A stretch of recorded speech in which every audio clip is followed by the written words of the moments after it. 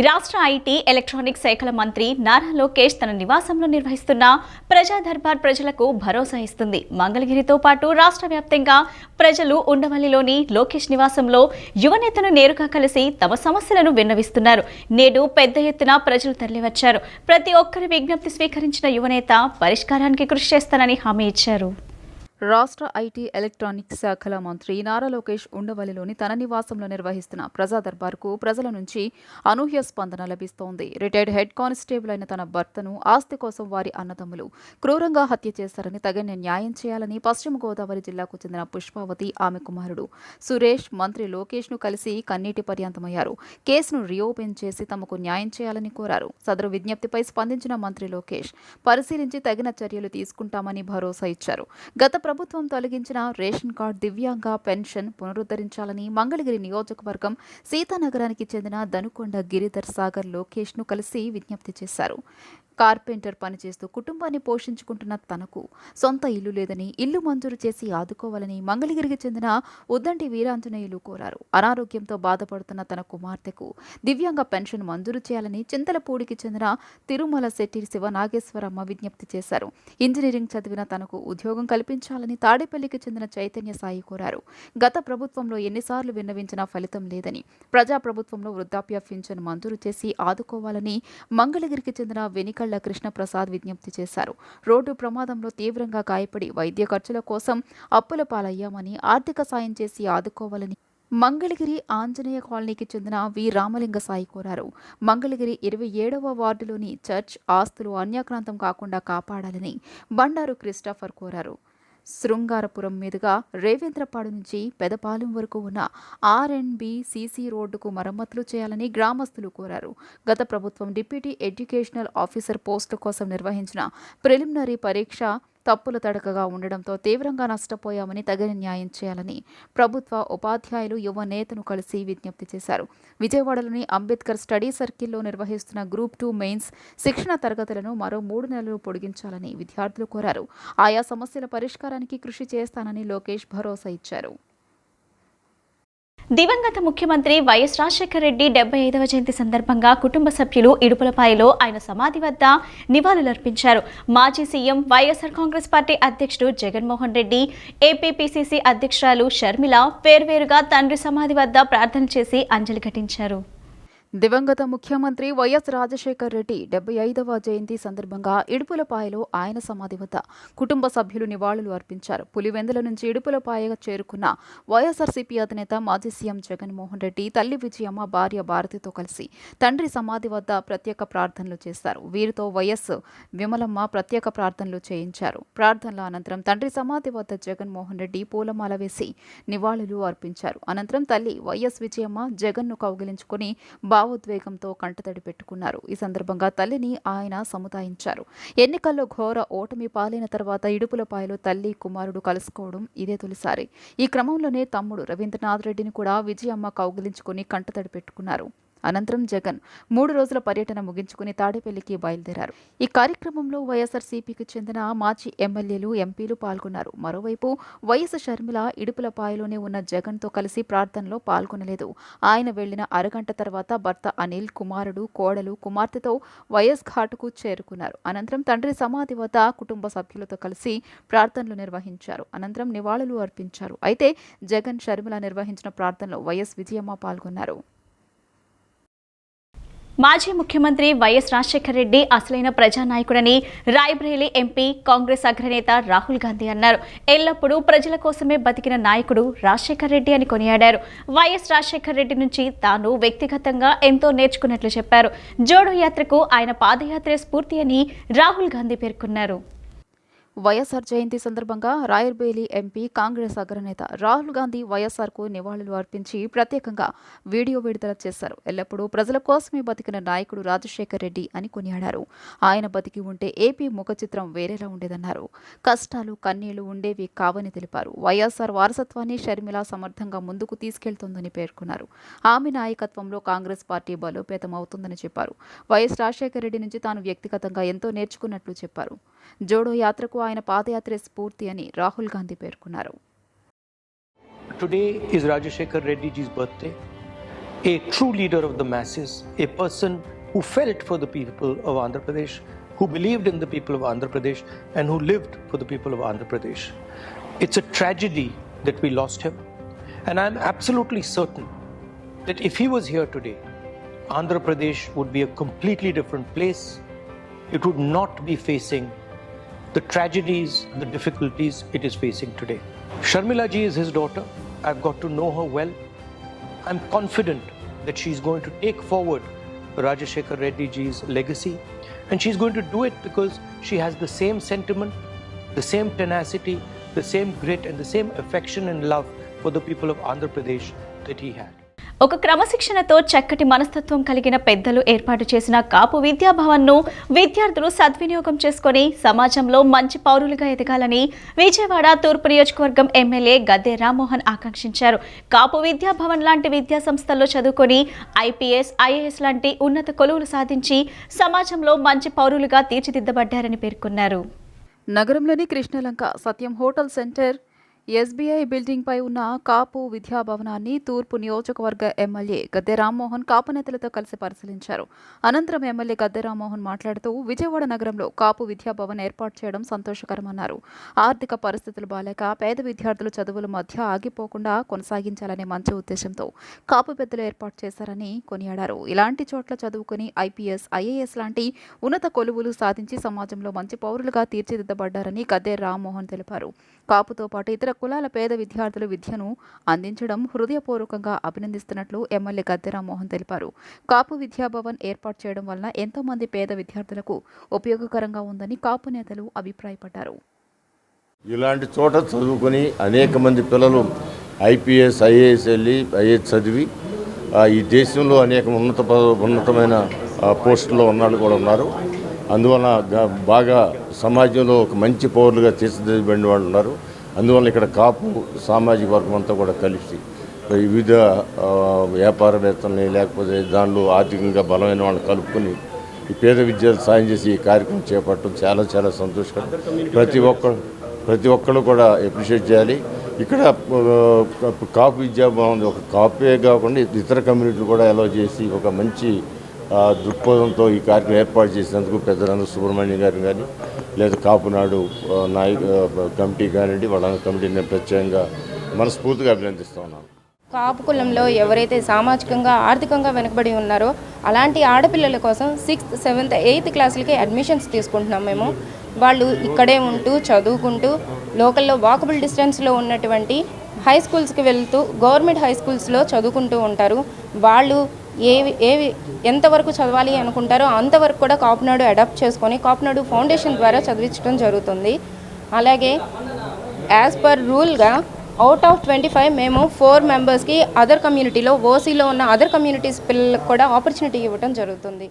ఈరోజు కృష్ణలంకలో 25 మంది ఆడపిల్లలకి 6th to 10th NTR parliamentary నియోజకవర్గ పరిధిలో ఉన్న పేద విద్యార్థుల కోసం మొట్టమొదటిగా ఈ కార్యక్రమాన్ని కృష్ణలంకలో ప్రారంభించడం జరిగింది.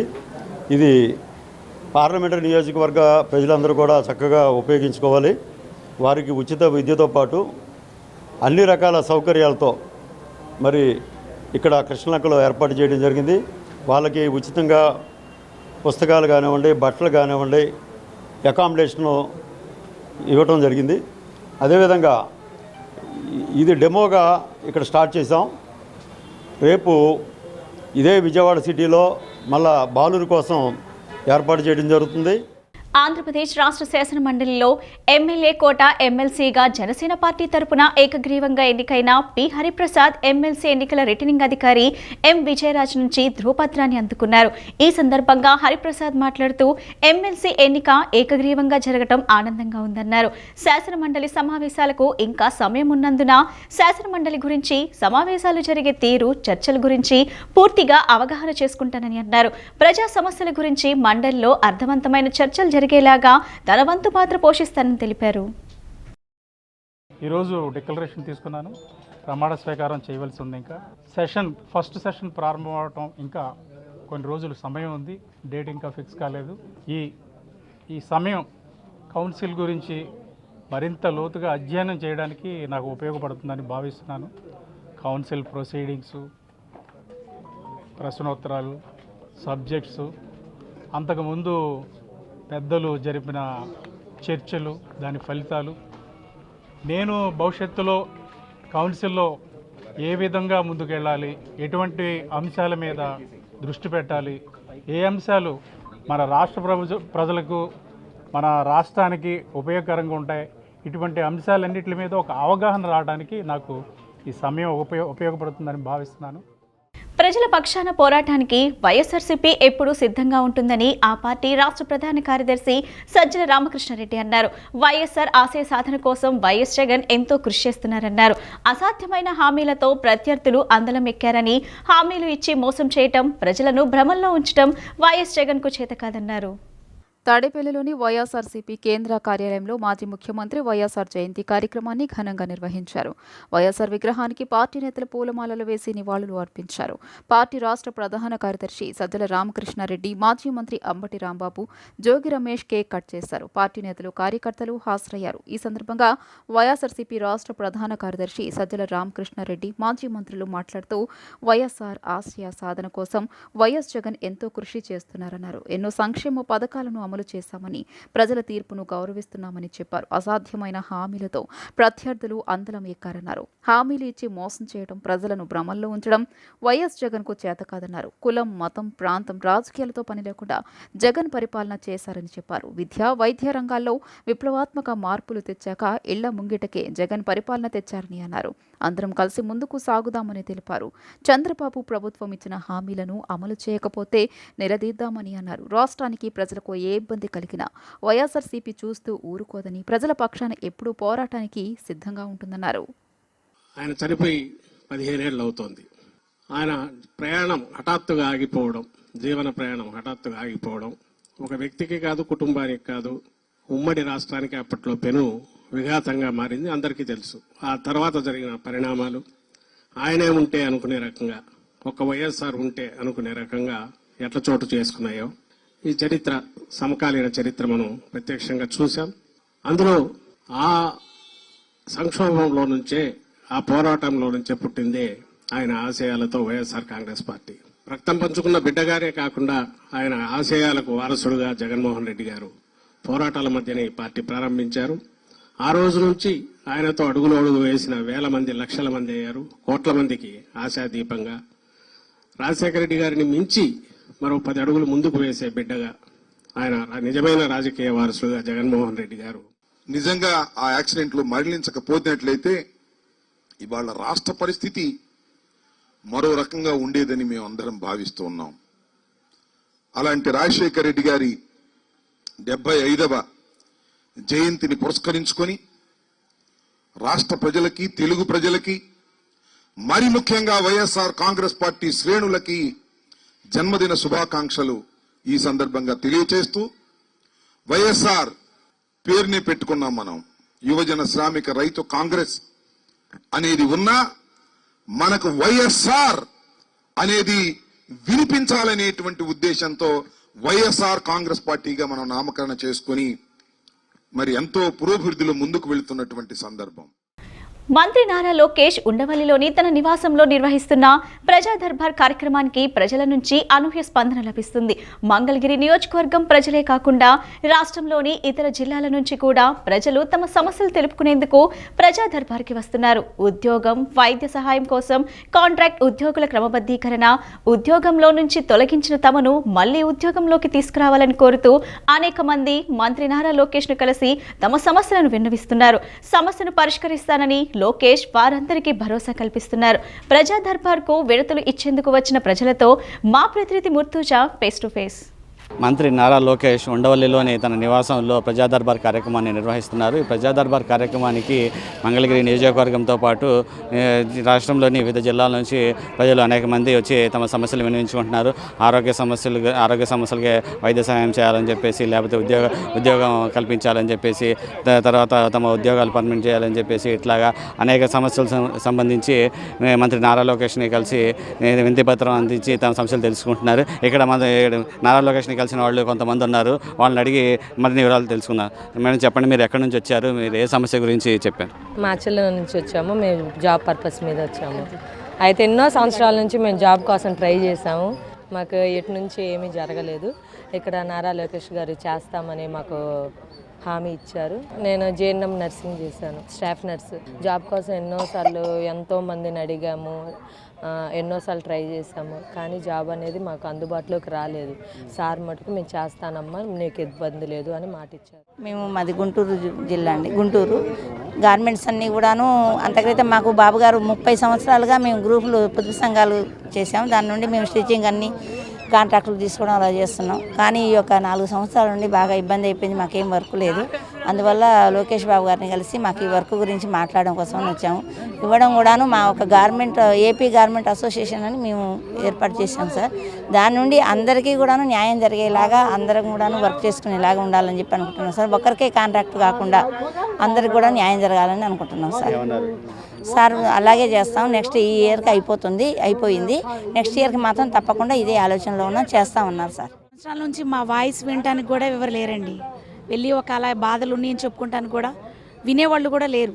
2 సార్లు వచ్చాము, సామరస్యంగా విన్నారు, ప్రాబ్లం సాల్వ్ అయితే చేస్తామన్నారు. కొన్ని వేల కుటుంబాలు రోడ్డు మీద పడినాయి. ఈ రాష్ట్రంలో నుంచి మాకు పని లేక పక్క రాష్ట్రాలకు మేము వెళ్ళటము, అక్కడ నుంచి వర్క్ తీసుకొచ్చుకొని చేసుకుంటే వాళ్ళు డబ్బులు ఇవ్వక మళ్ళీ ఆ చుట్టుపక్కల రాష్ట్రాల్లో తిరగాల్సి వస్తుంది. ఉపాధి అనేది లేదు.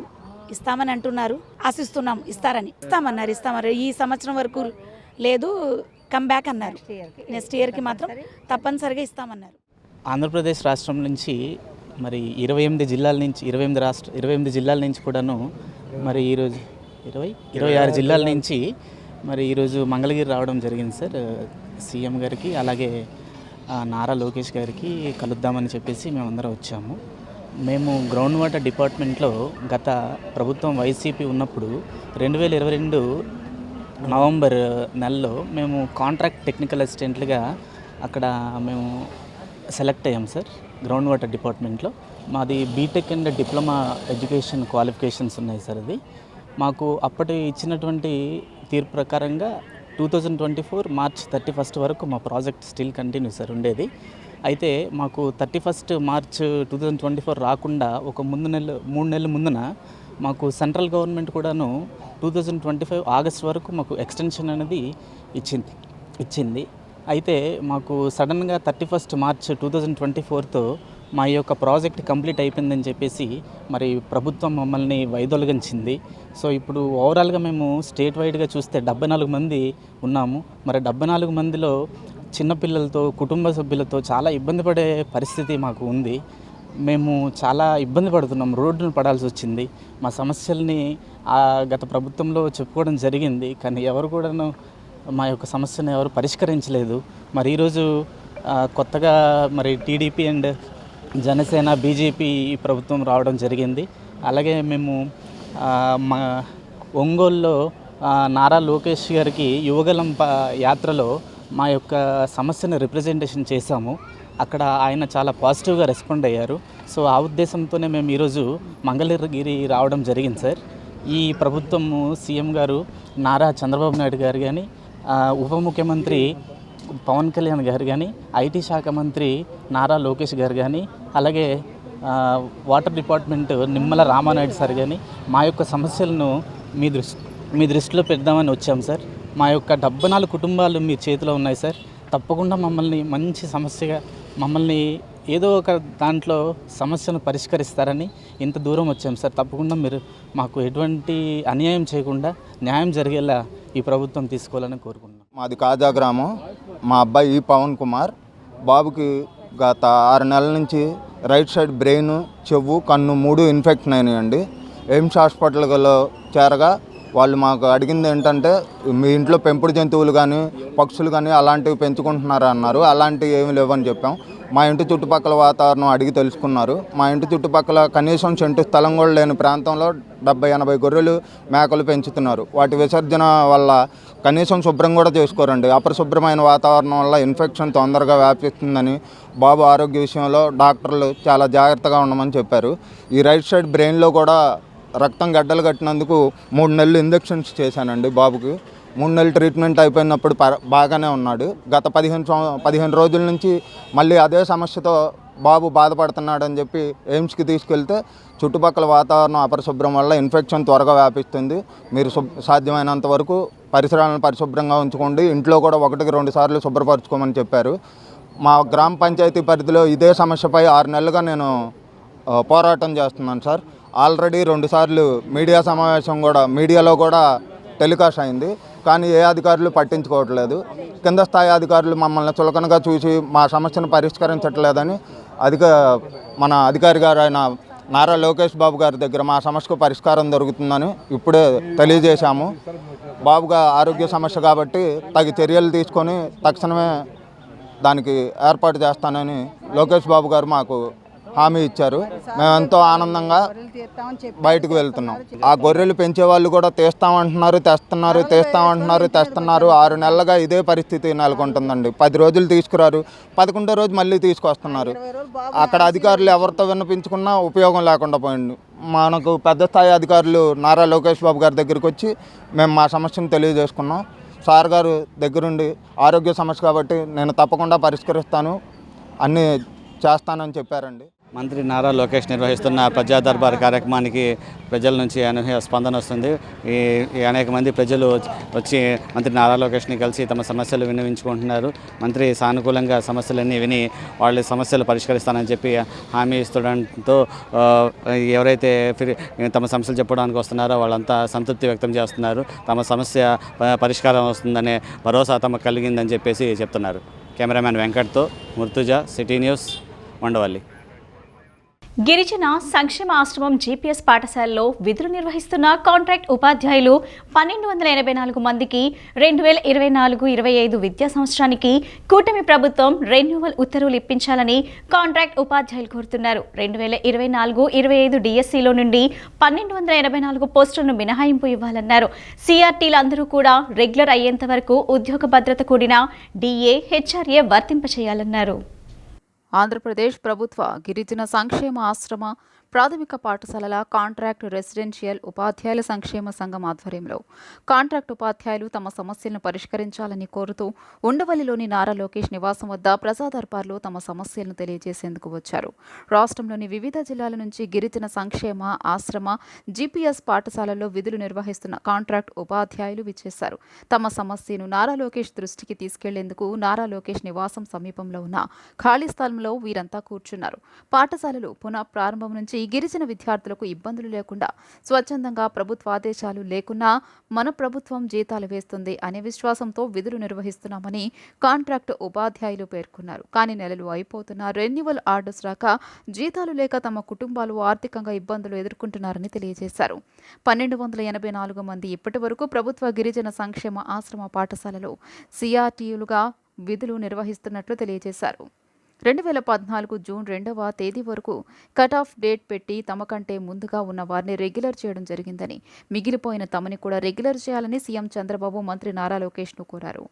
డిఎస్సీ నుండి తమ పోస్టులను మినహాయించి తమ కుటుంబాలను ఆదుకోవాలని విజ్ఞప్తి చేశారు. 1284 మంది మేము ఇంకా రెగ్యులర్ కాకుండా మిగిలిపోయి ఉన్నాం. అంటే బాబు గారు వస్తే అంటే మేము టీడీపీ హయాంలోనే అపాయింట్మెంట్ అయ్యాము, కానీ అతను వస్తేనే మాకు రెన్యువల్ అవుతుంది అంటే రెగ్యులర్ కూడా చేస్తారనే ఉద్దేశంతో డిఎస్సీలో మా పోస్టులు మినహాయింపు చేస్తారని ఉద్యోగం ఆ రెగ్యులర్ అయ్యేంత వరకు మమ్మల్ని ఉద్యోగ భద్రత ఇస్తారనేసి ఈ ప్రతి సంవత్సరం ఉద్యోగం ఉంటుందో ఊడిపోదో తెలియదు. అంటే మేము వర్క్ అయితే చేస్తున్నాము, కానీ ఎవరు ఉద్యోగంలో ఉంటామో ఎవరు ఊడిపోతామో తెలియని పరిస్థితిలో మా పరిస్థితులు ఉన్నాయి. ఆ గందరగోళం లేకుండా మాకు రెగ్యులరైజేషన్ అయ్యేంత వరకు మమ్మల్ని ఉద్యోగ భద్రత ఇచ్చి మా కుటుంబాలందరినీ కూడా ఆదుకుంటారని మనస్ఫూర్తిగా విన్నవించుకుంటున్నాం సార్. మాకు డిఎస్సిలో పోస్టులు కలపడం వలన చాలా వరకు మేము నష్టపోతాము. ఎవరు ఉంటామో ఎవరు వెళ్ళిపోతామో ఇన్నేళ్ళు సర్వీస్ చేసి కూడా మేము వెతుక్కోవలసి వస్తుంది, భయపడవలసి వస్తుంది. ఏ రోజుకి ఏం జరుగుతుందో, మా పరిస్థితి ఏటో, మాకు ఇస్తారా ఇవ్వరా అని ఆందోళన చెందవలసి వస్తుంది. కాబట్టి మాకు మా పోస్టులని డిఎస్సిలో మినహాయింపు ఇస్తూ మాకు ఉద్యోగ భద్రత ఇవ్వాలి, అలాగే రెగ్యులరైజేషన్ కూడా చేయాలనేసి కోరుకుంటున్నాను. ప్రతి సంవత్సరం గవర్నమెంట్ ఆటోమేటిక్గా ఒక జీవో పాస్ చేసి ఆటోమేటిక్గా రెన్యువల్ చేయాలి. దీనికోసము అభద్రతా భావంతో మేము జీవించకూడదు. ఎక్కడ అడవులలో రాత్రింబగళ్ళు నైట్ డ్యూటీలు కూడా చేసి ఈ యొక్క కాంట్రాక్ట్ ఉద్యోగాన్ని కాపాడుకుంటా పిల్లల యొక్క భవిష్యత్తును తీర్చిదిద్దుతా 10వ తరగతిలో అత్యున్నతమైన ఫలితాలు తీసుకురావడానికి మా ఉపాధ్యాయులు అందరూ కృషి చేస్తున్నాం, అందరం కృషి చేస్తున్నాం.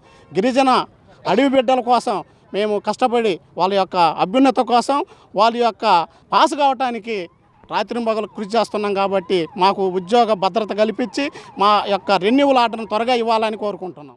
నగరంలోని మొగల్రాజ్పురం బోయపాటి మాధవరావు వీధి రాంప్రియ రెసిడెన్సీలో రాంప్రసాద్ దంపతులు ప్రత్యేక పూజా కార్యక్రమాలు నిర్వహించారు. అనంతరం మహిళలు సామూహిక విష్ణు సహస్రనామ పారాయణం చేశారు. విచ్చేసిన భక్తులందరికీ తీర్థప్రసాదాలు అందజేశారు. ఆషాఢ మాసంలో భక్తి శ్రద్ధలతో విష్ణుమూర్తిని ఆరాధిస్తే శుభం కలుగుతుందని ప్రగాఢ విశ్వాసాన్ని వ్యక్తం చేశారు.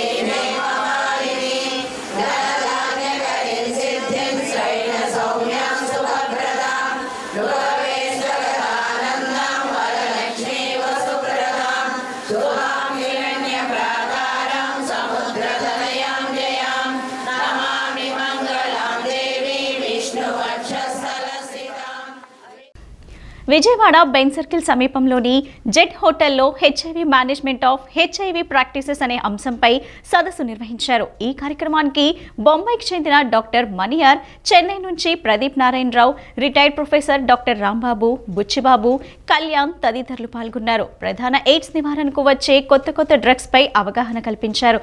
వచ్చే 3 ఏళ్లలో హెచ్ఐవి నివారణకు కొత్తగా డ్రగ్స్ రావడంతో వ్యాధి నియంత్రణగా వేగంగా జరుగుతుందన్నారు. వారానికి 2 నెలలకు 4 మందులు, సంవత్సరానికి 6 ఇంజెక్షన్లు తీసుకుంటే ఎయిడ్స్ వ్యాధి క్రమంగా తగ్గిపోతుందన్నారు. కొత్తగా డ్రగ్స్ వలన హెచ్ఐవితో బతికే ప్రజలకు ఉపయోగకరంగా ఉందని వైద్యులు అభిప్రాయపడ్డారు. ముఖ్యంగా మనకు తెలియాల్సింది ఏంటంటే వచ్చే 3 ఏళ్లలో చాలా బాగా డెవలప్మెంట్ ఉంటుందని తెలుసుకున్నాం. కొత్త డ్రగ్స్ వస్తున్నాయి. ముఖ్యంగా 2 డ్రగ్స్ వారానికి ఒక పిల్లు వేసుకుంటే అది సరిపోతుంది. అది అంటే నెలకి 4 ట్యాబ్లెట్లు వేసుకుంటే ఇప్పుడున్న డైలీ రెజ్యూమ్ పోతుంది అనుకుంటున్నాం. అలానే 2 నెలలకు ఒక ఇంజక్షను, అంటే సంవత్సరానికి 6 ఇంజక్షన్లు కనుక చేసుకుంటే అది ట్రీట్మెంట్కి సరిపోతుందని వచ్చింది. ఇవి ఇండియాలో ఇంకా అవైలబుల్ లేవు. ఇవి రాగల ఒక సంవత్సరంలో ఇవన్నీ వస్తాయనుకుంటున్నాం. వీటి వలన హెచ్ఐవి తోని బ్రతికే ప్రజలకి బాగా బెనిఫిట్ జరుగుతుందని అనుకుంటున్నాం.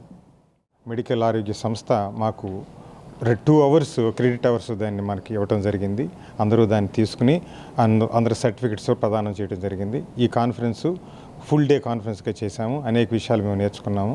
అనేక విషయాలు మేము తగ్గించుకున్న తర్వాత ఫైనల్గా మేము నిర్ణయించుకున్నది ఏంటంటే మళ్ళీ ఇలాంటి కార్యక్రమాలు ప్రతి సంవత్సరం కాకుండా సంవత్సరానికి 2 సార్లు కూడా చేస్తే బాగుంటుందనే ఉద్దేశానికి మేము అందరం వచ్చి డాక్టర్ సమరం గారు కూడా ఈ కాన్ఫరెన్స్లో పాల్గొన్నారు.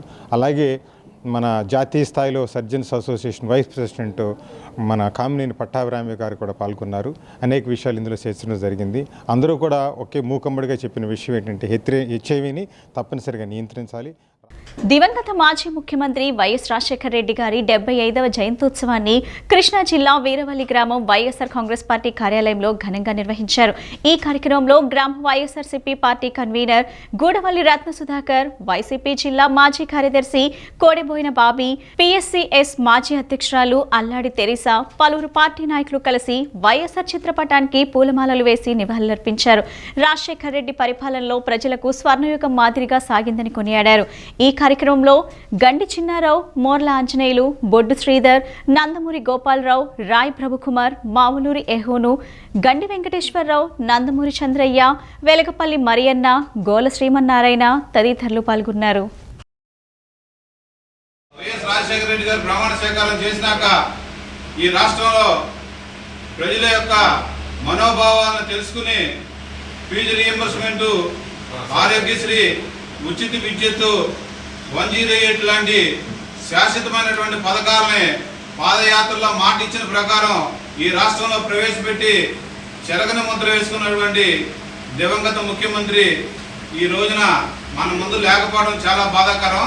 అయితే రాజశేఖర రెడ్డి గారు చేసినటువంటి అనేక పనులు ఈ రోజున పేద ప్రజల గుండెల్లో శాశ్వతంగా నిలబడి అనడానికి రాష్ట్ర వ్యాప్తంగా ఈ రాజశేఖర రెడ్డి గారి జన్మదినాన్ని ఎంతో అత్యంత వైభవంగా నిర్వహించడమే దానికి నిదర్శనం తెలియజేస్తూ జోహార్ వైఎస్ఆర్, జోహార్ వైఎస్ఆర్. ఈ బులెటిన్ ఇంతటితో సమాప్తం. తిరిగి మరో బులెటిన్ కలుద్దాం. నమస్కారం.